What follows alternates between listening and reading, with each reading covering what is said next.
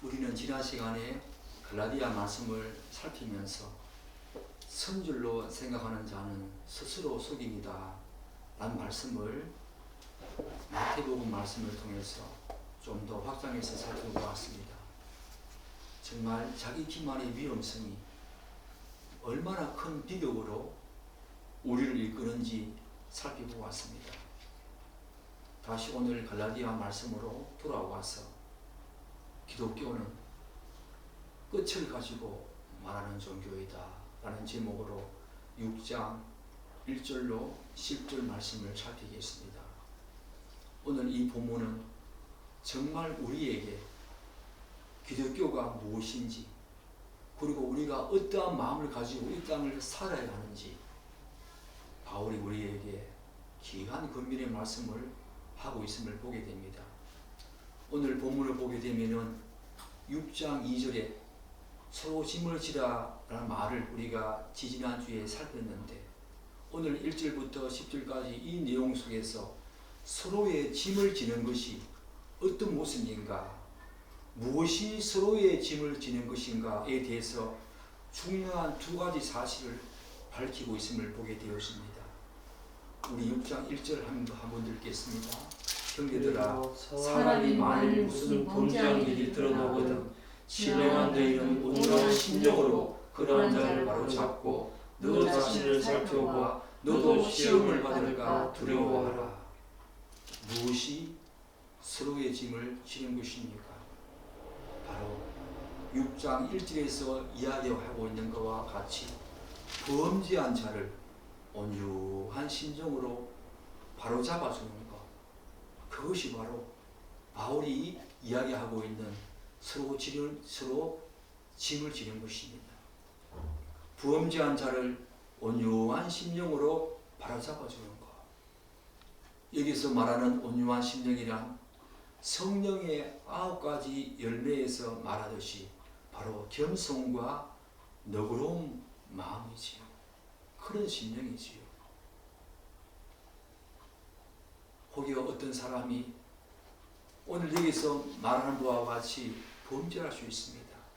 교회 공동체 안에 범죄하는 행위가 있을 수 있지요.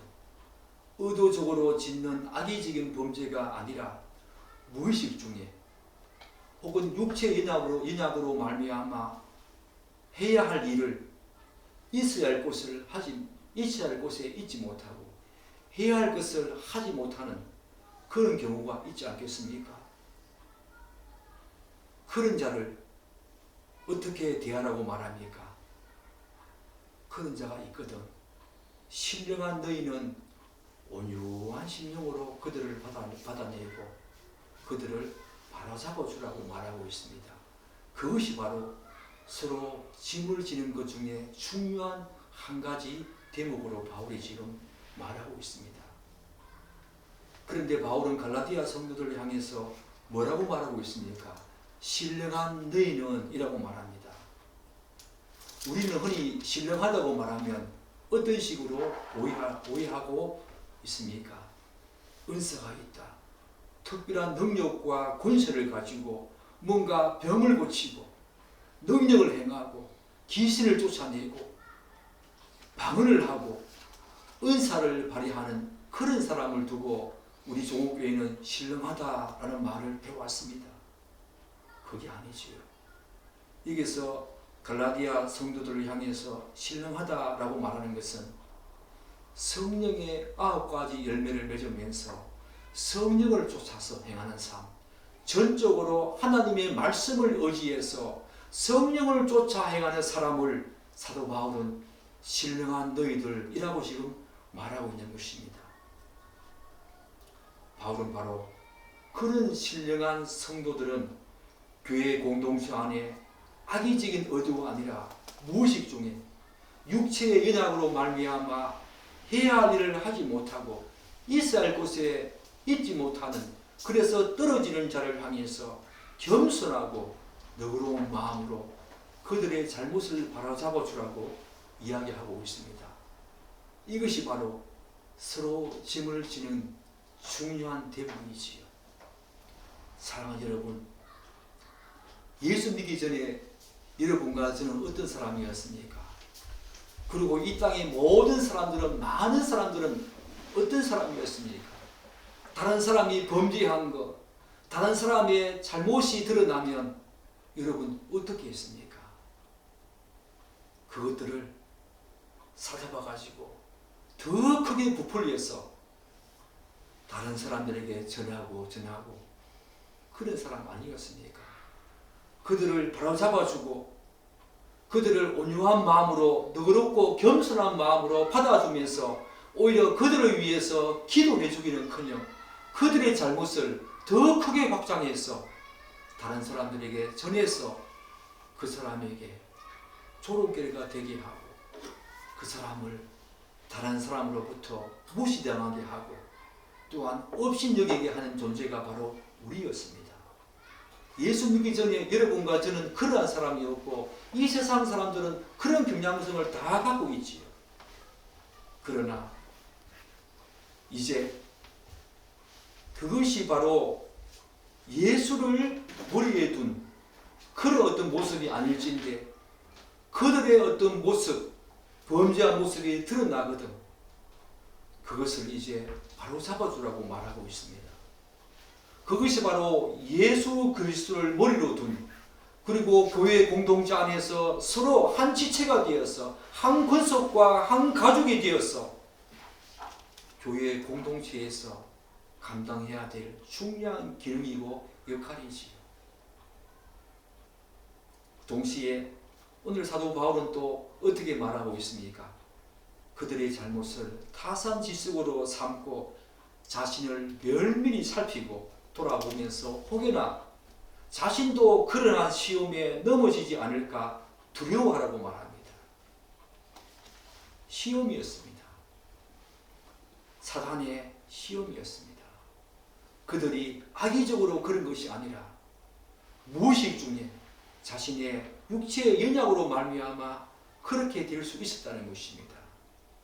사단의 시험으로 말미암아 넘어졌던 그들을 바라보면서 그들의 모습과 잘못을 타산지석으로 알고 나도 그런 시험에 넘어질까 두려워하라고 지금 말하고 있는 것입니다.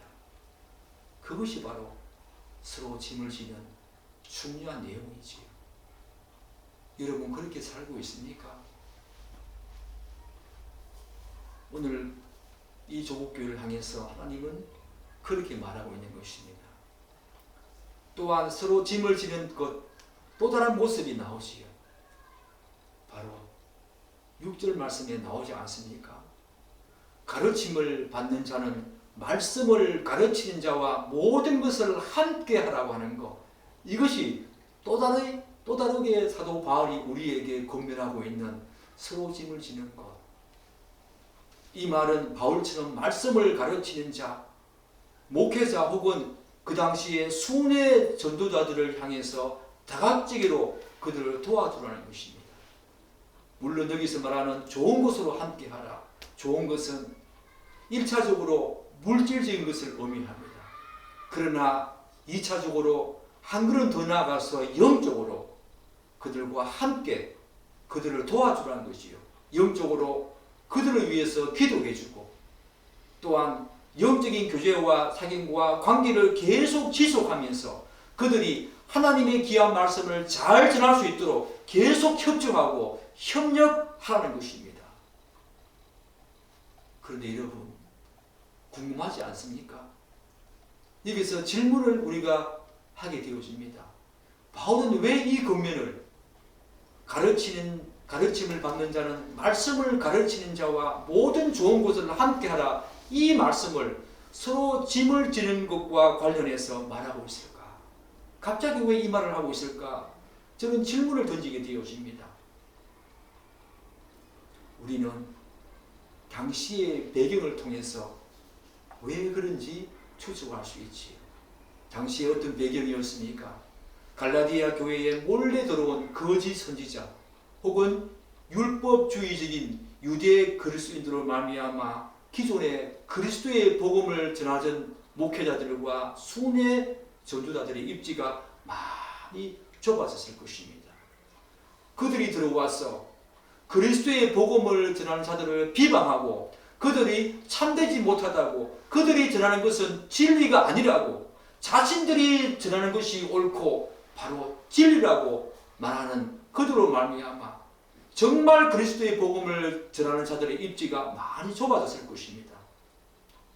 그래서 사도 바울은 그들의 물질적인 부분들을 채워주라고, 영적으로 계속 그들과 함께하라고, 협조하라고 지금 말하고 있는 것입니다. 이러한 상황에서 바울은 복음을 전하는 목회자들과 물질적으로 그리고 영적으로 돕고 함께하는 것이 바로 서로 짐을 지는 것의 중요한 대목이라고 이야기하고 있는 거지요. 사랑하는 여러분, 오늘날 조국교회가 많은 어려움을 겪고 있습니다.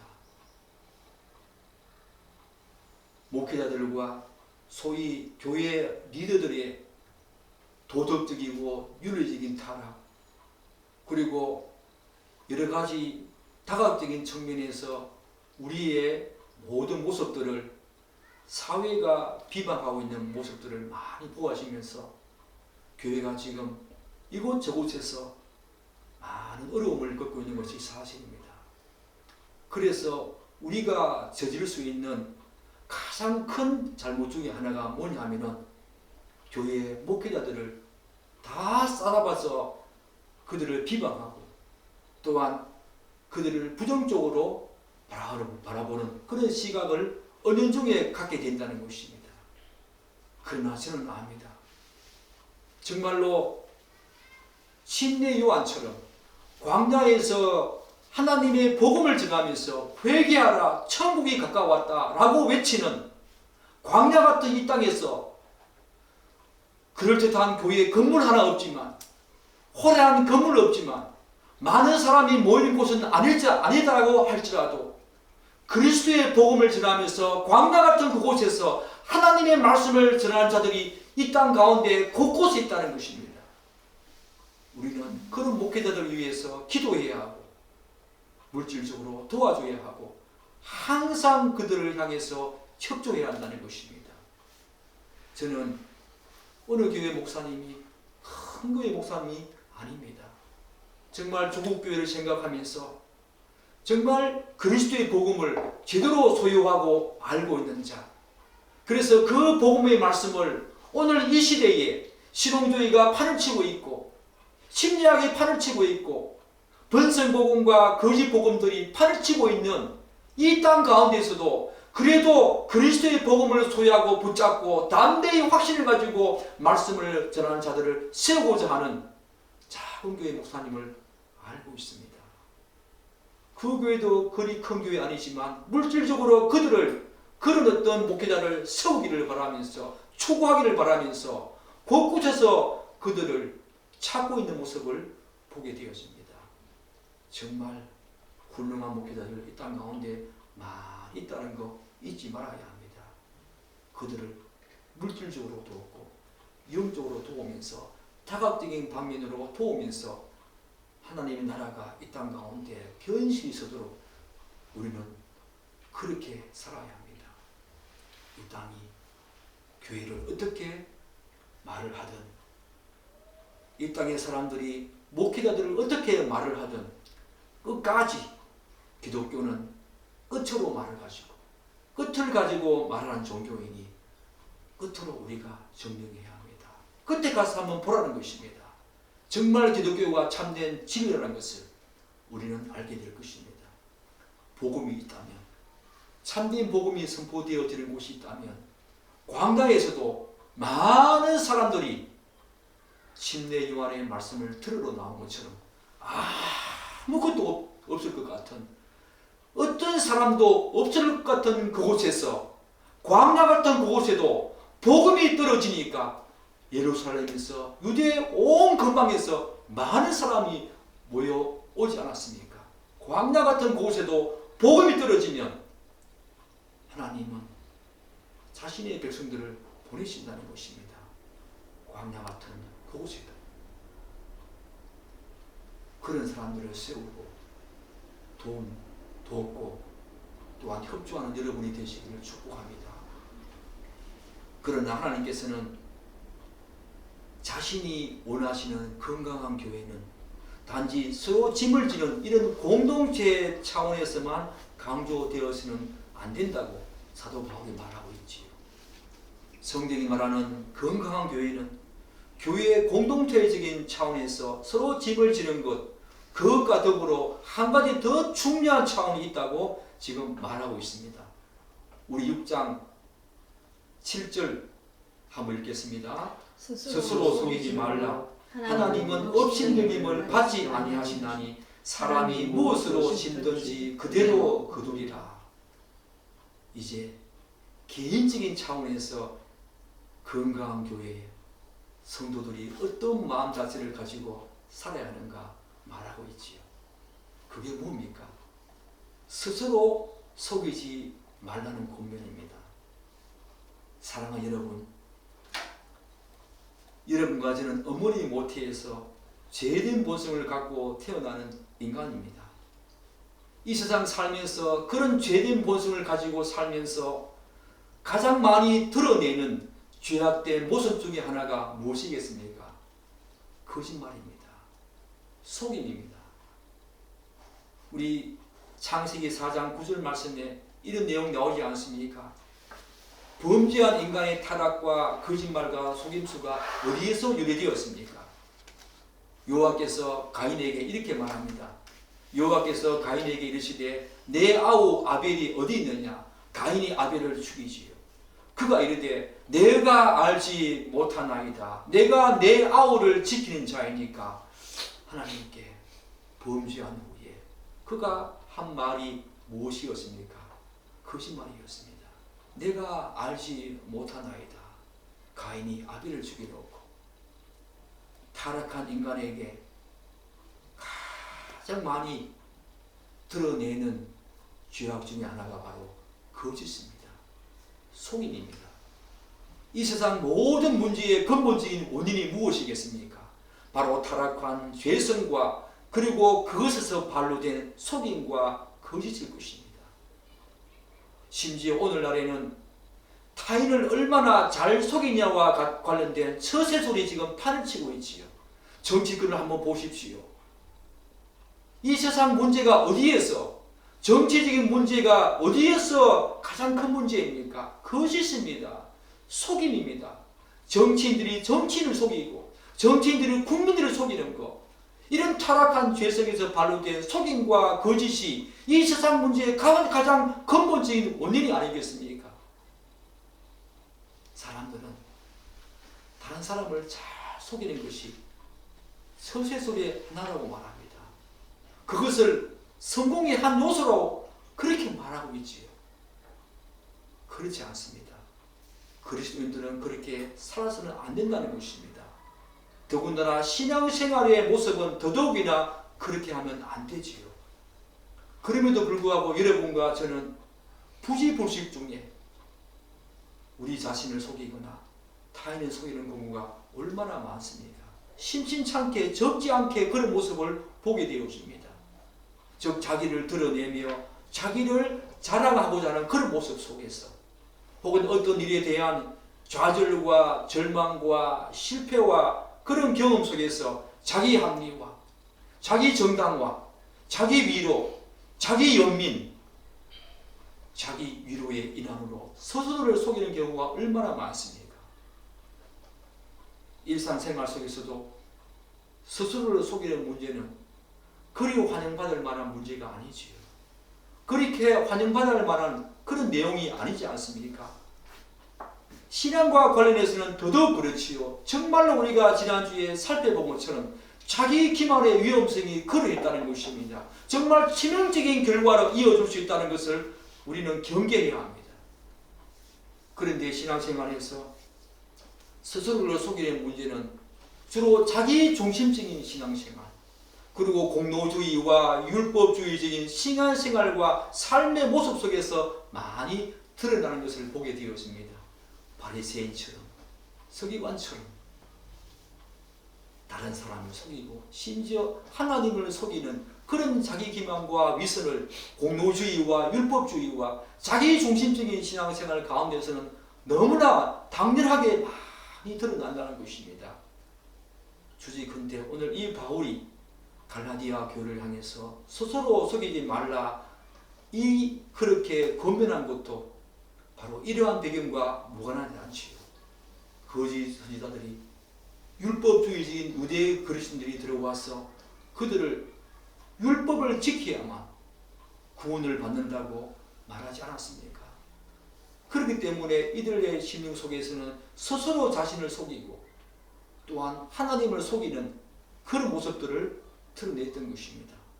그래서 사도 바울이 스스로 속이지 말라 그렇게 지금 말하고 있는 거지요.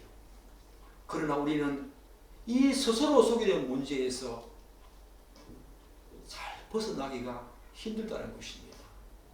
그런데 바울은 오늘 우리 스스로가 하나님을 속이고 우리 자신을 속이고 또한 이웃을 속이는 이 문제와 관련해서 그렇게 하지 않을 수 있는 두 가지 중요한 사실을 지금 말하고 있습니다. 우리 6장 7절 한번 읽겠습니다.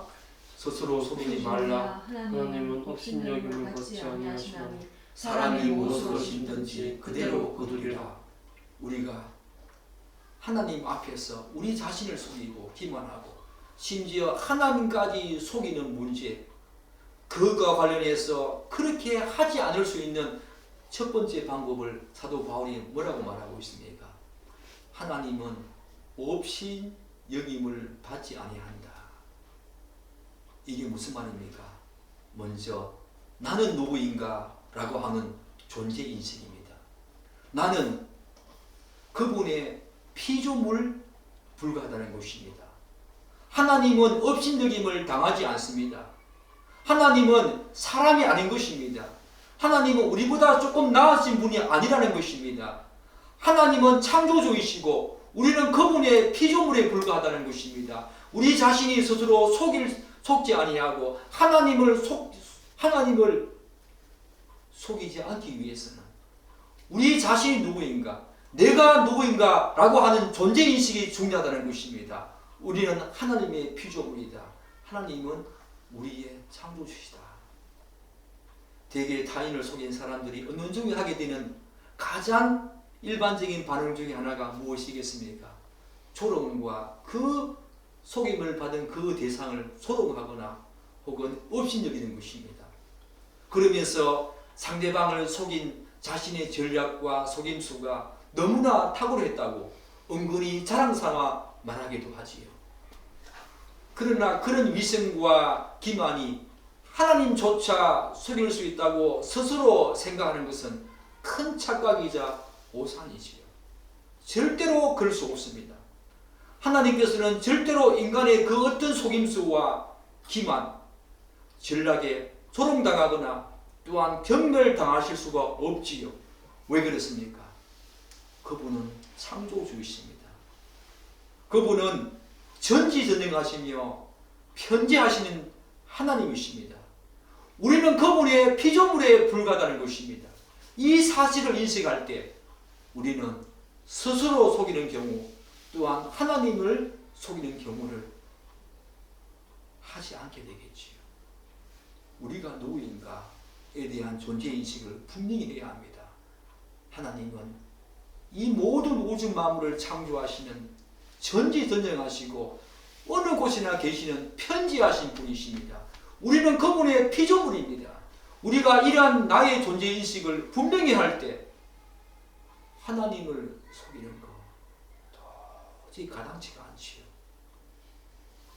그런데 당시 거짓 선지자들의 선동에 의해서 율법주의적인 신앙에 젖어있던 갈라디아 성도들은 예수님 당시의 바리새인들과 서기관들처럼 율법을 지킴으로써 하나님 앞에 의롭게 될 수 있다고 생각했습니다.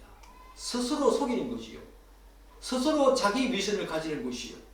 바로 스스로 속이지 말라 이 말 속에는 자기의 노력과 공로로 하나님 앞에 자기 의를 가지고 구원을 받을 수 있다고 하는 그런 어떤 내용들이, 그런 어떤 생각들이 그 기저에 깔려 있는 것입니다. 그렇지 않지요. 그러므로 말미암아 하나님까지 속일 수 있다고 생각하는 것, 그들의 착각이었습니다.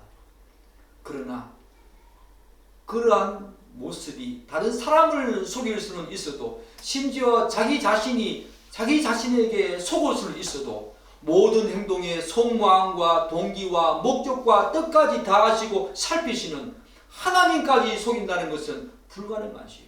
결코 그럴 수 없습니다. 자기 인생이 그렇게 중요하다는 것입니다. 더군다나 스스로를 속이면서 자신의 노력과 공로로, 곧 자신의 의로 구원을 얻고자 하는 그 자체가 이미 하나님을 조롱하고 업신여기는 것이지요. 그것이 가능하다면 하나님이 왜 자신의 아들 독생자 예수 그리스도를 이 땅에 보내셔서 십자가에 못 박아 죽였었겠습니까? 내 의로, 내 공로로, 나의 노력으로 충분히 어렵다 칭함을 받고 구원을 얻을 수 있다면 하나님이 왜 아들 하나님을 이 땅에 보내셨겠습니까? 우리는 스스로 속이지 말아야 합니다. 내 의로 구원을 받을 수 있다고 절대로 스스로 속이면 안 된다는 것입니다. 그 자체가 예수 그리스도의 십자가, 그것을 업신여기고 조롱하는 것입니다. 그 사실을 지금 사도 바울이 이야기하고 있는 것입니다. 한 걸음 더 나아가서 하나님 앞에서 스스로를 속이는 문제와 관련해서 그렇게 하지 않을 수 있는 중요한 방법을 또한 사도 바울은 7절과 8절에서 하나 더 말하고 있지요. 한번 읽어볼까요? 스스로 속이지 말라. 하나님은 업신여김을 받지 아니하시나니 사람이 무엇으로 심든지 그대로 거두리라. 자기의 육체를 위하여 심는 자는 육체로 썩어질 것을 거두고 성령을 위하여 심는 자는 성령으로 영생을 거두리라. 바로 무엇입니까?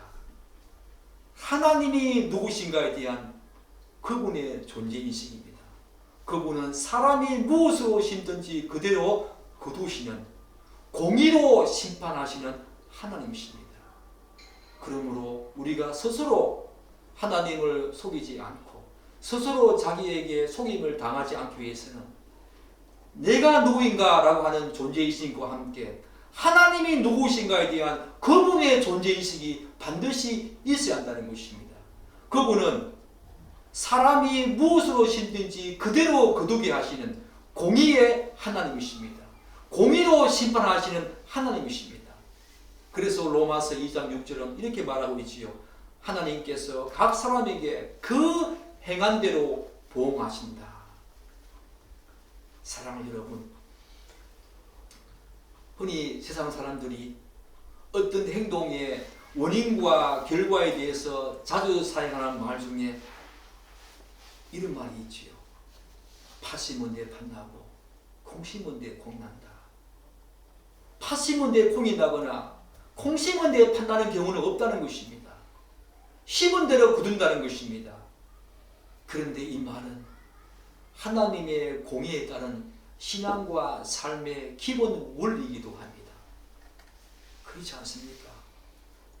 성경은 오히려 그것보다 더 정확하신 하나님이 콩 심으면 반드시 콩이 나게 하시고 팥을 심으면 반드시 팥을 거두게 하시는 공의로 모든 것을 심판하신 하나님, 그 하나님을 말하고 있지요. 사랑하는 여러분, 여러분들은 바로 이런 하나님을 알고 신앙생활을 하고 있습니까? 심지 않은데도 거두시게 하는 하나님, 혹시 그런 하나님, 뭔가 도깨비 방망이 같이 뚝딱뚝딱 만들어내시는 그런 하나님을 믿고 있지 않습니까? 그렇지 않습니다. 하나님은 여러분이 심은 대로 거두시게 하는, 공의로 판단하시고 우리에게 거두시게 하는 하나님이십니다. 그렇다면 여러분, 여기에서 사람이 무엇으로 심든지 그대로 거두리라, 이 말은 무슨 말이겠습니까? 저는 이 부분을 두 가지 측면에서 해석할 수 있다고 생각합니다. 한 가지는 사람이 무엇으로 심든지 그대로 거두리라, 한 가지는 율법으로 심은 자는 반드시 하나님의 최후의 심판대 앞에서 율법으로 심판을 받고, 믿음으로 심은 자는 그 믿음에 의해서 심판을 받는다는 것입니다. 율법으로 심는 자는 율법으로 심판을 받고, 믿음으로 심은 자는 믿음에 의해서 심판을 받는다는 것입니다. 사랑하는 여러분, 예수를 믿지 않는 이 땅의 많은 사람들이 왜 영원한 멸망으로 가게 되었습니까? 바로 그들은 예수를 믿지 않음으로 말미암아 믿음으로 심지 않았지요. 그렇게 되어지면 하나님의 심판대 앞에서 어떻게 심판을 받는가? 무엇으로 심판을 받습니까? 율법의 행함으로 그들은 심판을 받는 것입니다. 그러면 율법을 완전히 지키는 사람이 있겠습니까? 없지요. 그래서 그들은 죄의 삭선 사망이다 라고 하는 그 율법의 규정대로 영원한 파멸로 가는 것입니다. 율법으로 심는 자는 율법으로 심판을 받는 것입니다. 율법을 지킬 수 있는 사람은 아무도 없지 않습니까? 우리는 율법이 아니라 믿음으로 심는 자이기에 하나님의 최후의 심판대 앞에서 믿음으로, 예수 그리스도를 믿음으로 심판을 받는 것입니다. 그래서 죄 용서를 받고 하나님의 영원한 생명 가운데 영생을 얻어서 영원한 생명으로 들어가는 거지요. 바로 사람이 무엇으로 심든지 그대로 거두리라, 이 말의 의미는 바로 그런 의미가 있다는 것입니다. 그리고 사람이 무엇으로 심든지 그대로 거두리라, 두 번째 의미가 무엇이겠습니까? 우리가 잘 알다시피 우리의 구원과 관련해서는 우리의 공로와 자격이 전혀 거기에 관련되어지지 않지요. 오로지 하나님의 전적인 아가페 사랑, 헤세드 사랑으로 말미암아 우리의 행함과는 전혀 관계없이 하나님의 전적인 아가페, 헤세드 사랑으로 말미암아 우리는 선택을 받았고 또한 구원을 받았습니다. 우리의 행함은 전혀 거기에 관여될 수가 없지요. 그럼에도 불구하고 이제 어렵다 칭함을 받은 칭의의 구원을 받은 사람은 성화의 구원으로 나아간다. 그것이 바로 중요한 성경의 원리 아닙니까? 구원을 받은 이후의 삶이 우리에게 있다는 것입니다. 그런 신앙과 삶이 있다는 것입니다. 그런 신앙과 삶에서 우리가 심은 대로 거둔다는 것입니다. 제가 지난주에 말씀드린 것 같이 주여 주여 하는 자마다 다 천국에 못 간다. 하나님의 뜻대로 행하는 자라야 들어간다고 말씀하지 않았습니까? 행함이 없는 믿음은 죽은 것입니다. 진리의 구원을 받은 사람은 이제 성화의 구원으로 나아가면서 우리의 신앙과 삶에서 반드시 무언가를 심게 되어집니다. 행함으로 뭔가를 심게 되어지지요. 하나님은 그 우리가 심게 되는 행함으로 심게 되는 그것으로 말미암아 반드시 뿌린 대로, 심은 대로 거두세게 한다는 것입니다. 우리의 신앙과 삶에서 이것이 바로 심은 대로 거둔다, 두 번째 의미 아니겠습니까?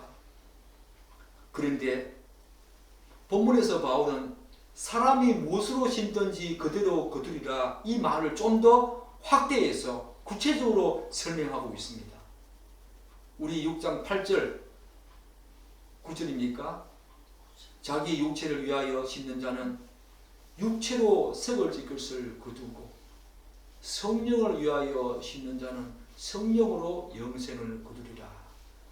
이 8절 말씀을 통해서 사람이 무엇으로 심든지 그대로 거두리라, 이 말을 사도 바울은 좀 더 구체적으로 말하고 있지요. 뭐라고 말하고 있습니까? 육체를 위하여 심는 자는 육체로 썩어질 것을 거두고 성령을 위하여 심는 자는 성령으로부터 영생을 거두리라. 여기서 육체를 위하여 심는 자, 이게 무슨 의미겠습니까? 바로 자신의 노력과 공로, 곧 자신의 의로 구원을 얻고자 하는 것이요. 그런 자가 바로 육체를 위하여 심는 자입니다. 그러나 한 걸음 더 나아갑니다. 다시 말씀드려서 자신의 육체를 위하여 심는 자는 오로지 자신의 본성에 따라서 자신의 유익과 자신의 쾌락과 자신의 기쁨과 즐거움만을 위해서 사는 삶, 그 삶을 의미하지요. 사랑하는 여러분, 욜로라는 말을 들어보셨지요? 욜로, You only live once. 그런 말 아닙니까?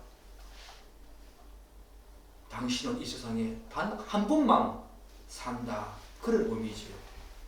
굉장히 철학적이고 우리에게 많은 것을 생각하게 하는 그런 귀한 말씀 아닙니까? 의미심장한 말이 아닙니까? 그래서 어떤 사람은 이 말이 자신의 삶을 대하는, 당신은 이 땅에서 한 번만 산다, 한 번뿐의 인생이다 라고 하는 이 말이 자신의 삶을 좀 더 진지하게, 엄숙하게, 좀 더 겸손하게 살아가게 하는 그런 동인이 되기도 하지요. 그러나 많은 사람들은 이 말을 어떻게 받아들이면서 적용하며 해석하며 삽니까? 이 세상은 단 한 번만 사는 것이기 때문에 현재 자신의 삶의 모든 유익과 쾌락과 기쁨을 위해서, 곧 자신만을 위해서 산다는 것입니다. 본문에 자기 육체를 위하여 심는다는 바로 그런 자인 것입니다. 자기 자신이 주인이기 때문에, 모든 것의 주인은 자기 자신이기 때문에 자기 스스로 결정하고 자기가 주권자가 되어서 자신의 육체의 소욕들, 우리가 지지한테 살펴보았던 14가지 육체의 소욕들, 그것에 흠뻑 빠져서 오로지 자신만을 위해서 살아가는 자가 바로 육체를 위하여 심는 자지요. 자신의 육체의 본성, 그것을 위해서 온갖 쾌락과 즐거움과 기쁨을 누리는 사람, 그런 사람이 바로 육체를 위하여 심는 자 아닙니까? 사랑하는 여러분, 이들은 이웃은 어떻게 되어도 내할 바가 아니고 온통 자기가 중심이 되어집니다. 또한 현재적인 삶에만 초점이 주어지지요. 그래서 육체적인 즐거움과 쾌락만을 추구하는 그런 어떤 사람을 가지고 육체를 위하여 심는 자, 그렇게 말하지요. 이들에게는 미래가 없습니다. 오로지 현재만 존재하지요. 그래서 디모데후서 3장 1절은 이렇게 말하고 있지 않습니까? 너는 이것을 알라. 말세에 고통하는 때가 이르리니 사람이 자기를 사랑하며. 사람이 자기를 사랑하는 이 자체가 우리에게는 고통입니다. 분명히 알 것입니다. 자기 자신을 사랑하는 그 자체가 고통이 된다는 것을 분명히 알 것입니다. 이런 삶의 끝은 뭐라고 말합니까? 육체로 썩어질 것을 거둔다 라고 말하고 있지요. 자신의 육체를 위하여 심는, 오로지 자신의 썩어질 육체와 함께 영원한 멸망으로 가게 된다는 것입니다. 자신의 공로와 자격과 의로 구원을 받고자 하는 자, 육체로 심는 자, 그리고 그들의 삶 속에 자신의 본성에 따라서, 죄성에 따라서 자신의 본성을 부추기는 그런 쾌락과 즐거움과 기쁨과 그런 것을 추구하는 사람의 끝은 바로 육체로 영원히 썩어질 것, 하나도 남지 않는 영원히 썩어질 것만 그들에게 있다는 것입니다. 반면에 성령은 뭐라고 말합니까? 성령을 위하여 심는 자는 성령으로부터 영생을 거두리라. 곧 성령을 쫓아서 행하고 하나님을 전적으로 의지하며 사는 사람들은 영원한 영생, 그 생명을 얻는다는 것입니다. 사랑하는 여러분, 여러분에게 성령님의 인도하심이 있습니까? 그 성령님의 인도하심으로 여러분은 성령의 인도하심으로 무엇으로 심고 있습니까? 바로 성령의 인도하심으로 여러분의 삶을 심고 여러분의 신앙을 심고 있습니까? 그분을 따라 행하고 쫓아가고 있습니까? 그분을 전적으로 의지하고 있습니까? 성령 가운데 살고 있습니까? 그렇다면 여러분들은 썩어질 것이 아니라 영원한 영생을 분명히 최후의 심판대 앞에서, 기독교는 끝을 가지고 말하는 종교입니다. 최후의 심판대 앞에서 지금은 고난과 역공과 힘든 일이 있다고 하더라도, 지금은 아직까지는 사단과 마귀의 괴계로 말미암아 우리가 넘어지는 그들의 시험에 넘어지고 유혹당하는 일이 있다고 하더라도 최후의 심판대 앞에서 기독교는 끝을 가지고 말하는 종교니 최후의 심판대 앞에서 영원한 생명 가운데 여러분에게 들어가는 은혜가 있다는 것입니다. 마지막으로 사도 바울은 성령을 위하여 심고 성령으로부터 영생을 거두려고 하는 성도가 가져야 될 두 가지 중요한 마음 상태를 말합니다. 성령을 위하여 심고 성령으로부터 영생을 거두기 위해서는 성도는 두 가지 마음 자세, 하나는 소극적이고 하나는 적극적인 마음 자세가 필요하다라고 지금 본문에서 말하고 있지요. 우리 6장 9절 한번 읽겠습니다. 우리가 선을 행하되 낙심하지 말지니 포기하지 아니하면 때가 이름에 거두리라. 뭘 하지 말라고 합니까? 낙심하지 말라. 소극적인 의미지요. 적극적인 의미는 하라. 소극적인 의미는 먼저 하지 말라는 것이 있습니다. 하지 말라고 하는 이 소극적인 자세가 먼저 있어야 적극적인 자세로 나아가겠지요. 기독교는 제가 방금 말씀드린 것처럼 최후의 심판대 앞에서 자신의 삶과 신앙을 증명하는 그리고 확정하는 종교입니다. 이 세상 사람들이 아무리 기독교가 어떻고 저떻고 그렇게 욕하고 비난해도 끝을 보라는 것입니다. 지금 보이는 이 기독교가 아니라 끝을 보라는 것입니다. 그런데 세상 사람들은 이 땅의 삶이 전부입니다. 전부이고 끝이라고 생각합니다. 그래서 이 땅에서 모든 결과를 보고 모든 성취를 보고 모든 것을 다 이 땅에 몰입하지요. 잘 먹고 잘 살면 그들에게는 가장 최고의 행복이라고 그렇게 생각합니다. 그러나 기독교는 이 세상을 끝으로 말하고 있지 않습니다. 이 세상은 영원한 하나님의 나라로 가는 하나의 관문이요 과정이지요. 그러므로 진실한 성도는 이 땅을 베드로가 말하는 것처럼 나그네로 그루민으로 사는 것입니다. 그럼에도 불구하고 그런 삶을 사는 가운데 성령을 위하여 심고자 하는 자에게는 반드시 뭐가 따릅니까? 성경은 곳곳에서 고난과 어려움이 따른다. 그렇게 말하고 있지 않습니까? 무엇보다도 사단의 악한 계계가 모든 상황 속에서 끊임없이 성도를 절망시키고 낙심하게 합니다. 낙심과 절망은 하나님이 주시는 것이 아닙니다. 사단이 주는 우리에게 가장 강력한 무기지요. 낙심하게 합니다. 절망하게 합니다. 신앙생활을 하는 가운데 그런 경험들 한두 번 있지 않습니까? 그래서 모든 것을 그만두고 싶을 때가 턱밑까지 올라오기도 하지요. 때로는 성령을 위하여 심는 자신이 마치 밑 빠진 독에 물 붓는 식으로 여겨지는 경우가 있습니다. 내가 지금 이렇게 하고 있는 것이 바람직한가? 밑 빠진 독에 물 붓는 식으로 아무 결과도 없고 눈에 보이는 잡히는 것이 아무것도 없는 것처럼 보일 때가 있다는 것입니다. 뭔가 뚜렷하게 손에 잡히거나 혹은 눈에 보이는 결과는 아무것도 없는데 주변에서 들려오는 이런저런 부정적인 시선과 조롱 섞인 말은 자신을 더욱더 절망케 하지요. 너희 하나님이 어디 계신가? 너희 하나님 과연 살아계신가? 그런 절망을 우리는 하게 된다는 것입니다. 그때 우리가 붙잡아야 하는 것이 무엇입니까? 우리의 모든 시선을 어디에 고정해야 합니까? 바로 본문이 말하는 그때입니다. 그때. 때가 이름에 거두리라. 바로 그때이지요. 우리는 그때를 가지고 그때를 소유하고 사는 사람입니다. 마지막 때를 가지고 마지막 때의 부활의 소망을 가지고 사는 사람입니다. 마지막 때의 영생의 소망을 가지고 사는 사람입니다. 기독교는 끝을 가지고 말하는 종교입니다. 즉 성도는 본문이 말하는 때가 되면 곧 최후의 심판대 앞에서 우리가 행한 선의 열매를 반드시 거두게 될 것을 믿고 이 땅을 살아가지요. 그런 자가 바로 성도인 것입니다. 물론 여기서 선이란 무엇이겠습니까? 6절에서 말하는 좋은 것이 아니겠습니까? 물질적으로 혹은 영적으로 선을 행하는데 결코 낙심하지 말아야 한다는 것입니다.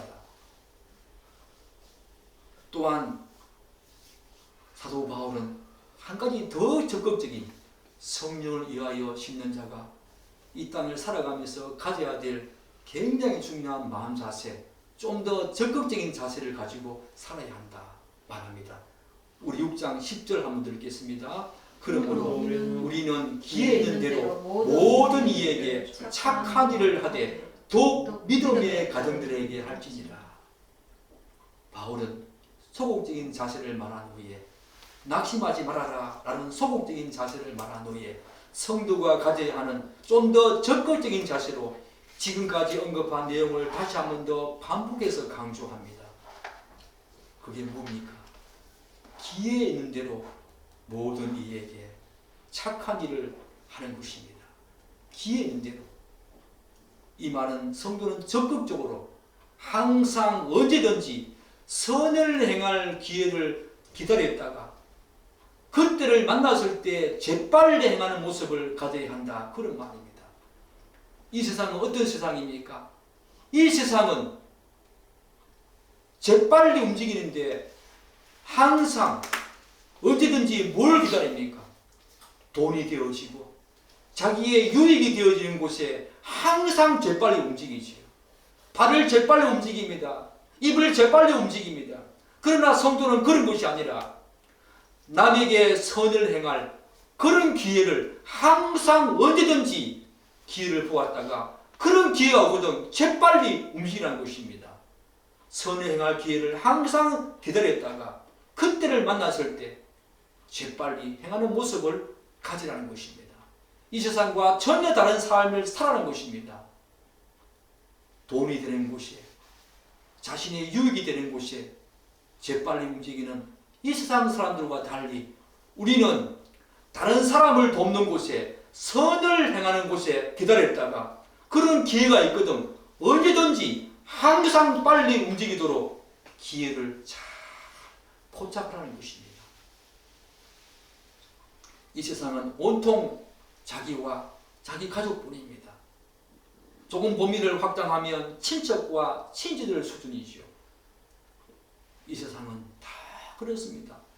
나 자신을 위해서, 자기 가족을 위해서 그런 이 땅 가운데 사도 바울은 남에게 선을 행하기 위해서 기회를 기다렸다가 재빨리 그렇게 하라는 것입니다.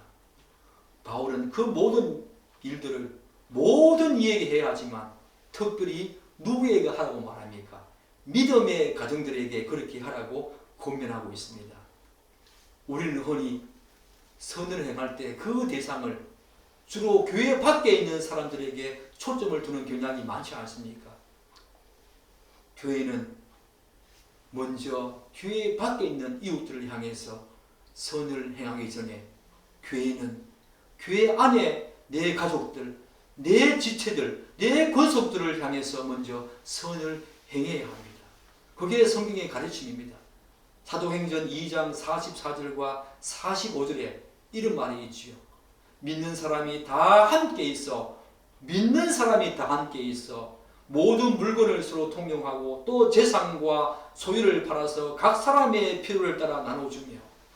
사랑하는 여러분, 교회 공동체 안에서 그랬다는 것입니다. 그리고 우리가 신약 성경의 서신서에 보면 대부분의 연보는 교회 성도들을 향한 연보가 주로 언급되어지지요. 교회 공동체는 그리스도 안의 한 지체입니다. 그래서 이웃들을 돌아보되 교회 안에 있는 이웃들을 먼저 돌아보는 것이 성경의 가르침입니다. 저는 가끔 이런 말을 여러분에게 한 적도 있습니다. 사실 저는 우리 가족들, 친척들보다 교회 공동체, 지체들이 더 사랑스럽고 소중하다는 생각을 가끔 해봅니다. 믿지 않는 가족들, 친척들은 이 땅에서만 가족, 친척이지요. 그러나 믿는 우리 교회의 그리스도 공동체, 지체들은 저 땅에서도 영원히 그들과 함께할 지체들이고 가족들입니다. 그들을 돌보는 것이 우리에게 주어진 귀한 성령으로 심는 자의 모습이라고 지금 사도 바울은 말하고 있는 것입니다. 사랑하는 여러분, 여러분과 제가 교회가 어떻고 저떻고 세상으로부터 이런저런 비방을 듣고 욕을 듣고 조롱거리가 되고 있는 이 땅에서 먼저 교회 공동체 지체들 간에 서로 돕고 협조하며 또한 아픔이 있는 이곳에 그 아픔을 어루만져주고 돌봐주면서 이 땅을 살아내기를 축복하고 또한 기도합니다. 기도하겠습니다.